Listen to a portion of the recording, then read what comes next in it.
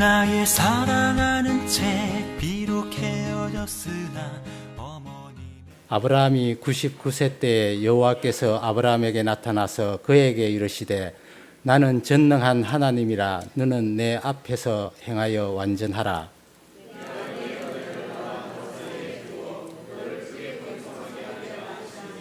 아브라함이 엎드렸더니 하나님이 또 그에게 말씀하여 이르시되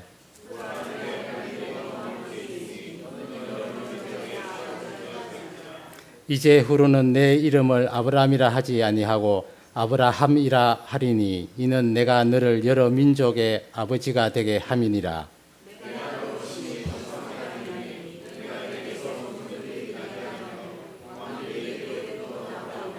내가 내 언약을 나와 너 및 내 대대 후손 사이에 세워서 영원한 언약을 삼고 너와 내 후손의 하나님이 되리라.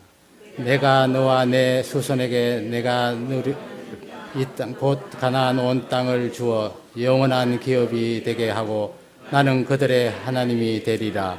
아멘. 한 남자가 이발소에서 이발을 하였습니다.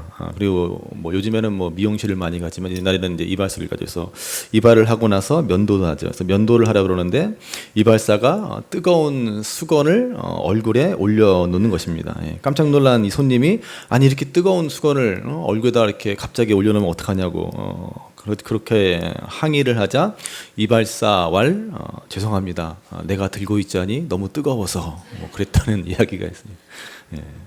사람은 자신의 짐, 자신의 문제를 내려놓을 곳을 찾습니다. 어디에다가 내 짐을, 내 인생의 무거운 짐을 좀 내려놓을 수 있을까?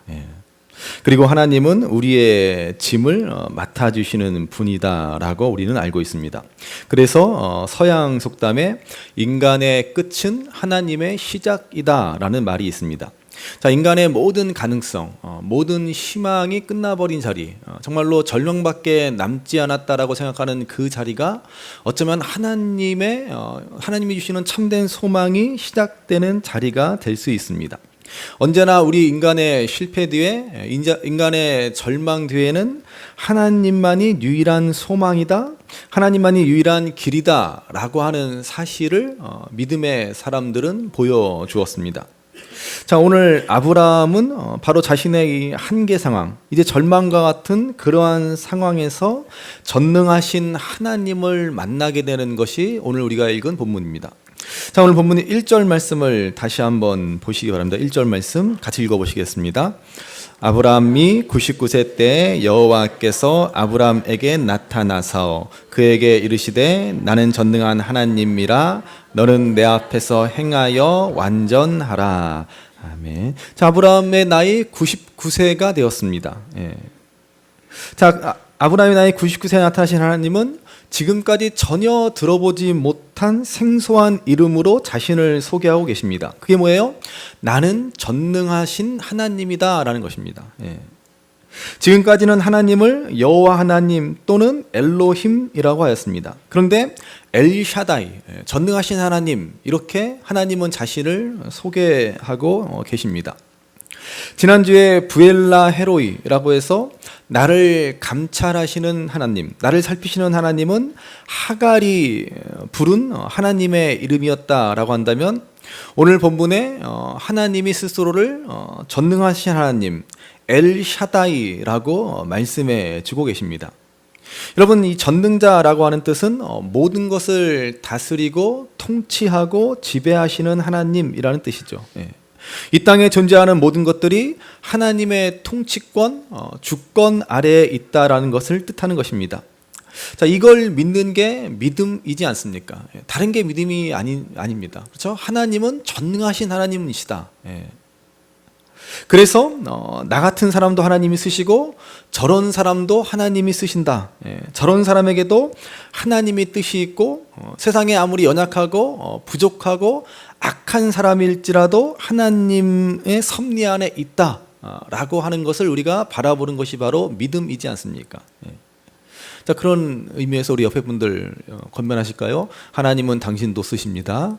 하나님은 당신도 쓰십니다. 좀 더 강조해서 하나님은 당신 같은 사람도 쓰십니다. 우리 인사하실까요? 하나님은 당신 같은 사람도 쓰십니다. 예. 여러분, 그게 믿음이에요. 예. 나같이 연약한 사람, 또 당신같이 연약한 사람, 부족한 사람도 하나님은 쓰신다. 예. 하나님은 돌보신다. 그게 믿음이지 않습니까? 여러분, 우리의 의심은요, 늘 모든 사람, 모든 상황이 하나님의 주권, 통치 아래에 있지 않다라고 생각하는 데 있습니다. 예. 예배당 안에 있을 때에는, 또 믿음의 사람들끼리 있을 때에는 그래도 하나님이 통치하시는 것 같은데, 이 예배당 문 밖을 나서면, 그리고 세상을 바라보면 전혀 하나님이 통치하지 않는 것처럼 생각하게 됩니다. 예. 지금 아브라함의 상황이 그렇습니다. 아브라함은 이스마엘을 낳은 후에 또 그렇게 13년을 하나님의 침묵 속에 보내야만 했습니다. 갈대아 우르를 처음 믿음으로 떠났을 당시로부터는 무려 24년이 지난 후입니다. 그 시간 동안 얼마나 많은 의심이 아브라함을 찾아왔겠습니까? 하나님은 정말 믿을 만한 분이신가? 그분이 정말 능력이 있는 게 맞으신가? 왜 말씀해 놓으셨고, 왜 약속해 놓으셨고, 이렇게 오랜 세월 동안 아무 응답도 없으신가? 정말로 큰 민족을 이룬다라고 약속했는데 정말 아들 하나 주실 수 있는 능력이라도 있으신가 하는 그러한 의심이 왜 안 들겠습니까? 그래서 하나님은 아브라함에게 오랜만에 나타나시자마자 하시는 말씀이 나는 전능자라 이렇게 말씀하고 계시는 것입니다. 그리고 또 말씀하시기를 너는 내 앞에서 행하여 완전하라 이렇게 말씀하십니다. 여러분, 하나님은 전능자이십니다. 믿으시죠? 안 믿으시는구나. 몇 분은 못 믿으시는. 여러분, 이 사실을 믿으셔야 합니다. 이 사실을 믿지 못하기 때문에 우리가 하나님 앞에서 완전히 행하지 못하고 마는 것입니다. 그러면 이 하나님 앞에 완전하다라는 말의 뜻이 무엇이겠습니까? 이 성경에서 이 완전하다라고 하는 말과 동의어는 흠이 없다라는 것입니다. 하나님께 제사를 드릴 때 그 제사를 드릴 때 그 드리는 제물은 흠이 없는 동물을 드려야 하지 않습니까? 이게 바로 완전하다라는 의미입니다. 그러면 사실 여러분, 이 흠이 없다라는 말, 하나님 앞에 완전하다라는 말을 들을 때마다 우리는 어때요? 그저 숨이 탁탁 막히지 않습니까? 우리가 우리 자신을 돌아볼 때 얼마나 우리는 연약하고 부족하고 허물이 많은 인간입니까? 근데 너는 내 앞에서 완전히 행하라. 너는 흠없는 그러한 제물이 되어라 라고 한다면 얼마나 우리가 정말로 답답하고 참으로 우리의 부족함을 바라볼 수밖에 없지 않습니까? 사실 알고 보면 우리는 다 그렇게 연약하고 부족하고 부끄러운 인생입니다. 그래서 우리는 그거 가리고 싶어서 그럴듯하게 차려입고 그럴듯하게 꾸미고 그렇게 뭐 바르고 그리고 그러는 거 아닙니까? 그러나 하나님 앞에 완전한 인생은 아무도 없습니다. 그래서 저 여담이지만 저는 그 어려서부터 이렇게 역사의 위인들을 보면 이렇게 앞에 호가 붙잖아요. 그래서 뭐 가령 뭐 다산 정약용이라든지 도산 안창호라든지 뭐 백범 김구라든지 그래서 그런 호를 붙일 때마다 참 그게 참 멋있어 보이더라고요. 그래서 야 그래도 내가 참 별 볼 일 없는 인생이긴 하지만은 나한테 호를 붙이면은 뭐라고 붙이면 좋을까? 뭔가 저를 한마디로 드러낼 수 있는 한마디로 딱 나타낼 수 있는 그런 호이어야 하지 않겠습니까? 뭐 붙이기도 참 우스꽝스럽지만은 그래서 제가 고민하다가 어느 날 문득 내 호를 이걸로 하면 정말로 딱 나한테 맞겠구나라는 생각이 딱 들었어요. 그래서 제 호를 백미로 정했습니다. 백미 장성익. 백미가 뭐예요? 뭐 흰쌀, 뭐 무리 중에 으뜸, 뭐 그렇다라는 것이 아니라 백미가 뭐예요? 100m에서 보아야 아름답다 그런 뜻입니다. 가까이서 보면 형편없다라는 그런 말이에요. 그러니까 여러분 너무 저한테 가까이 오려고 하지 마시고 그냥 멀찍이서 보시죠. 멀찍이서. 그러면 그런 대로 봐줄만 합니다. 앞으로 저를 백미장성희 목사님 그렇게 우리 인생이라고 하는 것이 여러분 다 그렇지 않습니까? 예, 예. 흠이 없다, 완전하다라고 하는 것은 어불성설입니다. 전혀 얼토당토한 그러한 말이라고 할 수 있습니다. 그렇지만 여러분, 성경을 잘 이해하셔야 됩니다. 예. 그래서 성경은 위대한 책이고 성경 말씀은 복된 소식, 복음이라고 말하는 것입니다. 흠이 없다는 말이 어떤 의미입니까? 그것은 본래의 상태, 정상적인 원래의 상태를 의미하는 것입니다. 동물이 흠이 없는 게 정상이죠. 그러니까 흠이 없다라고 하는 것은 정상적인 본래의 상태, 온전한 상태를 바치라라는 말입니다. 그 흠이 없다라고 하는 것은 바로 우리가 본래 있어야 할 자리, 정상적인 상태에 있는 것을 말합니다. 그래서 어제 새벽 말씀을 들으신 분들은 아시겠지만 우리는 본래 흙입니다. 티끌에 불과하고 먼지에 불과합니다. 그것을 아는 게 바로 흠이 없는 것이고 여러분 하나님 앞에서 완전한 것입니다. 뭐 대단한 게 아니에요. 우리가 뭐 정말로 청결하게 정말 아무런 티끌만한 잘못 없이 살아가는 그런 게 아니라 우리가 본래 어떤 존재인가, 얼마나 우리가 연약한 존재이고 티끌과 같은 존재인가 아는 것이 바로 우리가 하나님 앞에 흠이 없는 것이고 하나님 앞에 완전한 것이다 라고 하는 것입니다. 그래서 우리가 얼마나 연약한 인생이고 그리고 또 우리가 하나님 때문에 얼마나 보배로운 인생이 되었는가 하는 것을 기억하며 살아가는 것입니다. 그래서 늘 드리는 말씀 가운데 다윗이 죄가 없어서 하나님 앞에 완전한 자라라는 칭호가 붙은 것이 아닙니다. 아니, 그렇지 않죠. 오히려 그는 밧세바와 부정을 저지르고 그 남편 우리아를 죽이는 끔찍한 죄를 지은 참으로 큰 범죄자입니다. 그러나 그가 자신의 죄를 고백하고 하나님 앞에 엎드리지 않습니까? 그래서 다윗을 완전한 자, 흠없는 자라고 부르게 된 것입니다. 여러분, 우리가 바로 이런 존재라는 사실을 한시도 잊지 말아야 합니다. 우리는 티끌이고 먼지이고 오직 예수님의 십자가 은혜로 보배와 같은 삶이 되었다는 그 사실을 기억하며 살아가는 것입니다.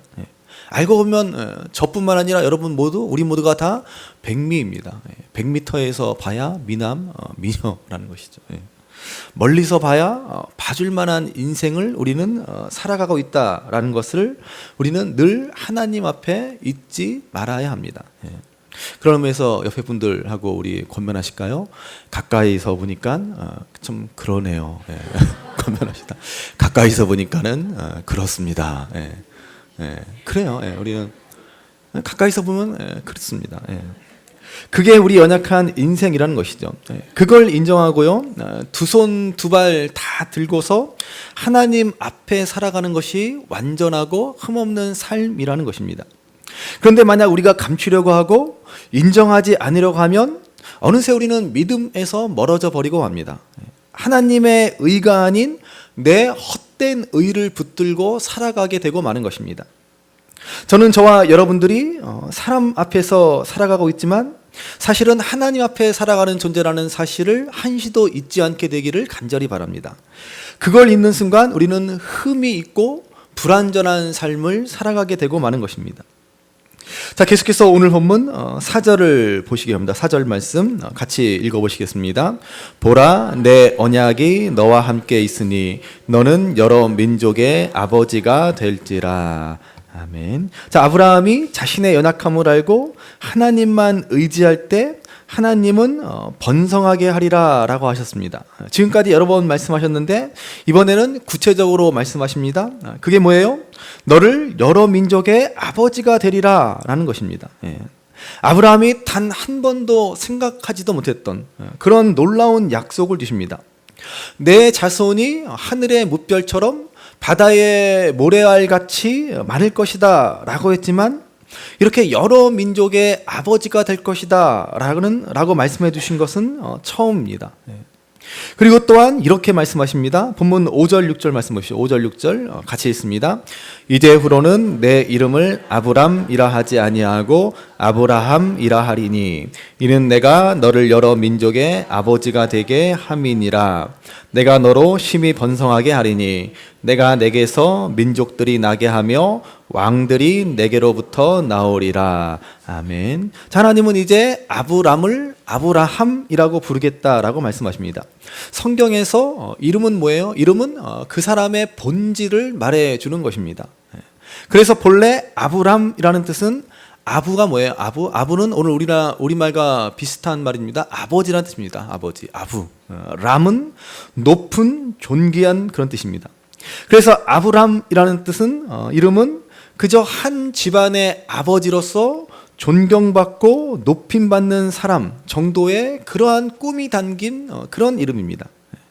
그런 아브람을 하나님은 이제 아브라함, 열국의 아버지라고 이름을 바꾸십니다. 비로소 이제 분명하고 구체적인 하나님의 계획을 아브라함에게 알려주십니다. 아브라함을 여러 민족들의 조상, 모든 믿는 자들의 조상이 되게 하시겠다라는 것입니다. 아브라함이 이것을 여러분 생각이나 했겠습니까?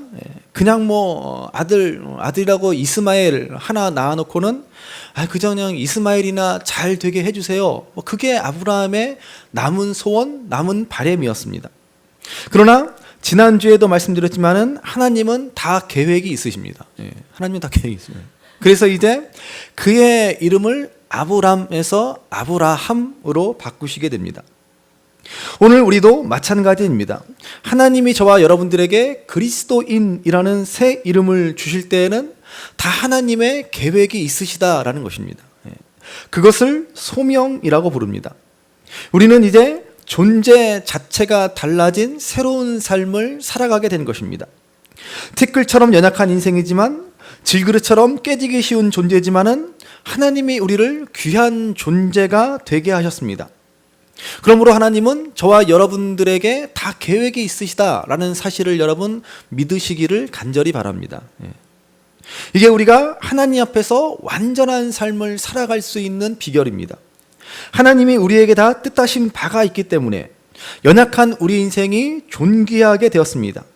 그 하나님의 계획, 그 뜻을 바라볼 줄 아는 사람이 하나님 앞에 온전히 살아갈 수 있는 것입니다.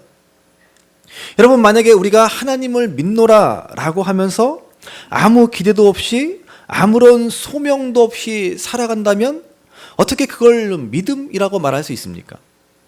지금은 내가 비록 연약하고 부족하지만 상황은 어렵고 앞이 전혀 보이지 않지만 그래도 반드시 하나님이 이루실 뜻이 있다라는 것을 바라보는 것, 그것이 믿음 아닙니까?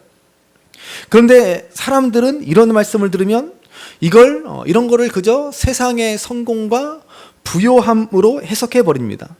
지금은 내가 이렇게 없이 살지만, 지금은 비록 이렇게 어렵지만은 언젠가 하나님이 은혜 주셔서 쥐구멍에도 볕들 날이 있을 거야. 그렇게 우리는 생각하며 이런 말씀을 해석해 버립니다. 아니 여러분, 절대 그렇지 않습니다. 제가 종종 말씀드리지만은 우리 인생에 볕들 날이 일어날 가능성은 안타깝게도 거의 없습니다. 거의 없어요. 하나님의 뜻이 거기에 있지 않기 때문에 그렇습니다. 우리 교인들 중에서는 이제는 뭐 그렇게 생각하시는 분들은 없으시겠죠. 제가 뭐 하도 강조해야 되니까. 그런데도 여전히 이런 생각에서 벗어나지 못하시는 분들이 있다면, 내가 예수님 믿으니까는 이제 잘 먹고 잘 살아야지, 부자 돼야지, 그런 생각 여전히 헤어나오지 못하시는 분들이 있다면 저기 저 계룡산 밑에 있는 동학사로 가시면 됩니다. 거기 가시면 그렇게 가르쳐줘요. 오늘 우리는 연약한 현실 가운데 있지만 반드시 하나님의 뜻과 계획이 있다라는 사실을 믿음으로 바라보아야 합니다. 하나님의 계획을 기대하셔야 합니다. 여러분, 120년 전 이 땅에 온 선교사들을 한번 생각해 보시기 바랍니다. 당시 조선이라는 나라가 얼마나 형편없었습니까? 오늘 우리로 생각하면은 저 아프리카 어디에 붙어 있는지도 모르는 가난한 나라, 정말로 형편없는 그런 불쌍한 나라와도 같았습니다. 그런 나라가 당시 조선이라는 나라입니다. 그 선교사들이 그 태평양 그 배를 타고 그 험한 길을, 그 머나먼 길을 와서 이 땅에 복음을 전할 때 얼마나 기가 막혔겠습니까? 그래서 여러분 그 유명한 언더우드의 기도문이라는 기도문을 보시면은 어떻게 말해요? 오 주여 지금은 아무것도 보이지 않습니다 라는 말로 기도문을 시작하지 않습니까? 그리고 보시면은 조선인들의 마음도 보이지 않고 저희가 해야 할 일도 보이지 않습니다 그래요. 얼마나 이 언더우드 선교사님의 그 답답한 심정이 드러나 있습니까? 정말 이 캄캄한 이 칠흑 같은 어둠에 있는 이 조선, 그들의 마음도 보이지 않고 내가 도대체 어떻게 해야 될지도 보이지 않고 그 앞길도 보이지 않는 그러한 상황. 그러나 거기서 기도문이 끝이 나지 않습니다. 믿음은 바라는 것들의 실상이요 보지 못하는 것들의 증거라고 하신 말씀을 따라 조선의 믿음의 앞날을 볼 수 있게 될 것을 믿습니다. 그러면서 이곳이 머지않아 은총의 땅이 되리라는 것을 믿습니다. 주여 오직 제 믿음을 지켜주소서 이렇게 간절히 기도하는 것을 봅니다. 여러분 오늘날 이 기도와 같이 그대로 이루어지지 않았습니까? 언더우드 목사님은 정말로 한 치 앞도 보이지 않는 상황 속에서 하나님의 뜻이 이루어질 것을 바라보며 그 사역을 묵묵히 감당하셨습니다. 믿음으로 오늘 이 시대를 바라본 것입니다. 이런 사람이 여러분 바로 전능하신 하나님을 믿는 사람이지 않습니까? 전능하신 하나님 앞에서 완전하게 행하는 사람이 바로 이런 사람입니다. 여러분 이것이 바로 저와 여러분들을 향한 하나님의 부르심입니다. 어떠한 상황 속에서도 전능하신 하나님을 의지하도록 하신 것입니다. 그래서 내가 병이 낫지 않을지라도 하나님은 전능자이십니다 라고 고백할 수 있어야 합니다. 내 직장이 부도가 나도 그분은 전능자이십니다. 직장에서 승진이 안 되고 정리해고를 당해도 하나님은 전능자이십니다. 우리 아들이 대입시험에 떨어져도 그분은 전능자이십니다. 이러한 고백이 우리의 심령에서 우리 입술에서 터져 나오는 것을 하나님은 기대하고 기다리고 계신 것입니다. 자, 그래서 하나님은 이제 아브라함과 그 가족들이 모두 할례를 받도록 하였습니다. 자, 오늘 본문 뒤에 10절 말씀을 한번 보시기 바랍니다. 10절 말씀 같이 읽어보시겠습니다. 너희 중 남자는 다 할례를 받으라. 이것이 나와 너희와 너희 후손 사이에 지킬 내 언약이니라. 아멘. 하나님은 아브라함과 그 가족들에게 할례를 받으라 라고 하는 것인데요, 재미있는 것은 이때 이스마엘도 할례를 받습니다. 당시 이스마엘의 나이는 13살입니다. 그래서 지금도 이스마엘의 후계자로 자처하는 이슬람 아랍인들은 13살에 할례를 행합니다. 반면 유대인들, 이스라엘 백성들은 난지 8일 만에 할례를 행합니다. 4,000년 동안 그들은 이 전통을 지켜옵니다. 서로 자기들의 할례가 유효하다라고 고집을 부리고 있습니다. 그렇지만 이것은 뭐예요? 진정 할례가 무엇인지를 전혀 모르고 하는 얘기입니다. 언제 할례를 난지 8일 만에 받든지 13살에 받든지 언제 받는 것이 뭐 그렇게 중요합니까? 할례라고 하는 것은 단지 형식, 외형일 뿐입니다. 할례를 행했다라고 해서 여러분 사람이 달라집니까? 아니, 그렇지 않습니다. 여러분 이름을 바꾼다고 그 사람이 달라집니까? 믿지 않는 사람들은 그렇게 믿죠. 이름을 바꾸면 팔자가 바뀐다라는 황당한 생각을 그들은 갖고 있습니다. 그러나 그렇지 않죠. 육신의 할례는 단순히 외형적인 표시일 뿐입니다. 내가 하나님의 백성이라는 사실을 기억하게 해줄 수 있는 기억 장치일 뿐입니다. 그러면 진짜 중요한 것은 뭐예요? 그 육신의 할례를 행하고 그것을 볼 때마다 뭐예요? 내가 하나님의 백성이구나 라는 사실을 기억해야 한다는 것입니다. 그게 바로 마음의 할례라고 하는 것이죠. 그런데 유대인들은 육신의 할례만 받으면 하나님의 백성이 되었고 구원받은 것이다 라고 여겼습니다. 마치 이름만 바꾸면 팔자가 달라지는 것이다 라고 생각하는 것과 하나도 다르지 않습니다. 그래서 로마서 2장 25절을 보면은 이렇게 말씀합니다. 우리 로마서 2장 25절 말씀 같이 읽어보시겠습니다. 내가 율법을 행하면 할례가 유익하나 만일 율법을 범하면 내 할례는 무할례가 되느니라. 아멘. 자, 사도 바울이 유대인들을 향해서 뭐라 그래요? 할례를 행했다라고 해서 진짜 유대인이 아니다라는 것입니다. 할례 바꿔서도 율법을 지키지 않으면 그게 도대체 무슨 소용이 있겠느냐? 라고 바울은 그 유대인들의 잘못된 생각을 지적합니다. 오늘 우리에게로 적용해 보면은 세례 받고서도 말씀대로 살지 않으면 그 세례가 도대체 무슨 소용이 있느냐라고 하는 것입니다. 세례는 받았지만은 믿음이 없다라고 한다면, 하나님을 전능하신 하나님이라고 고백하지 않는다면은 그 세례는 다 소용이 없다라고 말하는 것입니다. 여러분, 우리 신앙은 본질을 지켜내지 않고 형식만 붙들고 있으면 그것은 아무 의미도 없습니다. 형식이 우리를 변화시키고 우리를 바꾸고 우리를 달라지게 하는 것이 아니지 않습니까? 그렇게 우리 마음이 달라지지 않고 우리 중심은 하나도 변화되지 않은 채 교회당만 열심히 출입하면 그게 무슨 유익이 있습니까? 단지 그냥 문화생활, 취미생활에 불과할 뿐이지 뭐가 이게 신앙생활이 될 수 있습니까? 그래서 우리는 우리의 이름이 바뀐 것에 머물지 않고 항상 나는 그리스도인이다, 나는 예수의 사람이다, 나는 예수쟁이다, 이름만 바뀐 것이 아니라 우리의 본질이 달라졌다라는 사실을 기억하고 이제 그 이름에 걸맞은, 그 이름에 합당하고 변화된 삶을 살고자 노력해야 하는 것입니다. 저는 저와 여러분들이 그리스도인이라는 새 이름을 얻고 나서 정말로 놀랍게 변화되어서 예전의 내 모습이 전혀 기억되지 않을 정도로 변화된 삶을 살아갈 수 있기를 간절히 바랍니다. 우리나라 그 초대교회에 김익두 목사님의 유명한 일화가 있지 않습니까? 본래 이 김익두 목사님이 뭐예요? 깡패로 이름을 날리던 그런 분이었습니다. 그런데 이분이 변화되어 전도자가 되었습니다.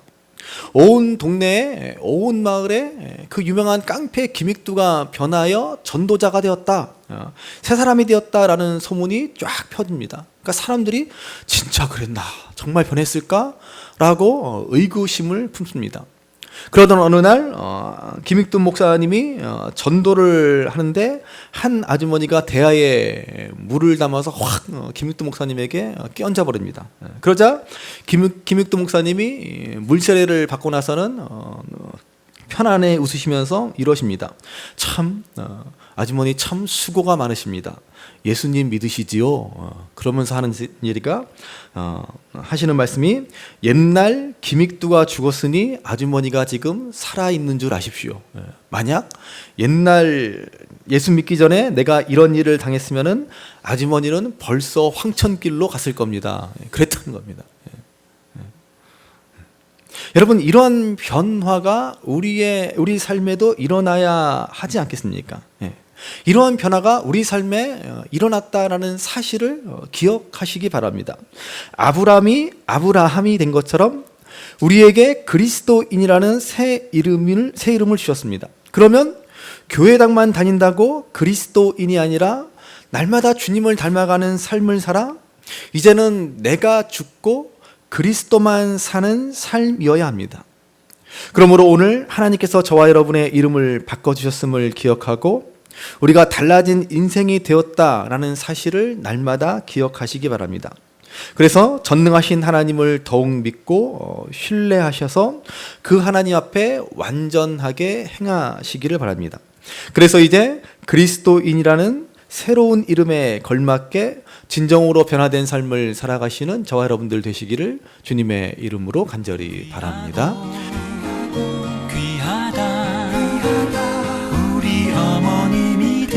주시던 재미있게 듣던 말이 책 중에 있으니 이 성경심이 사랑합니다.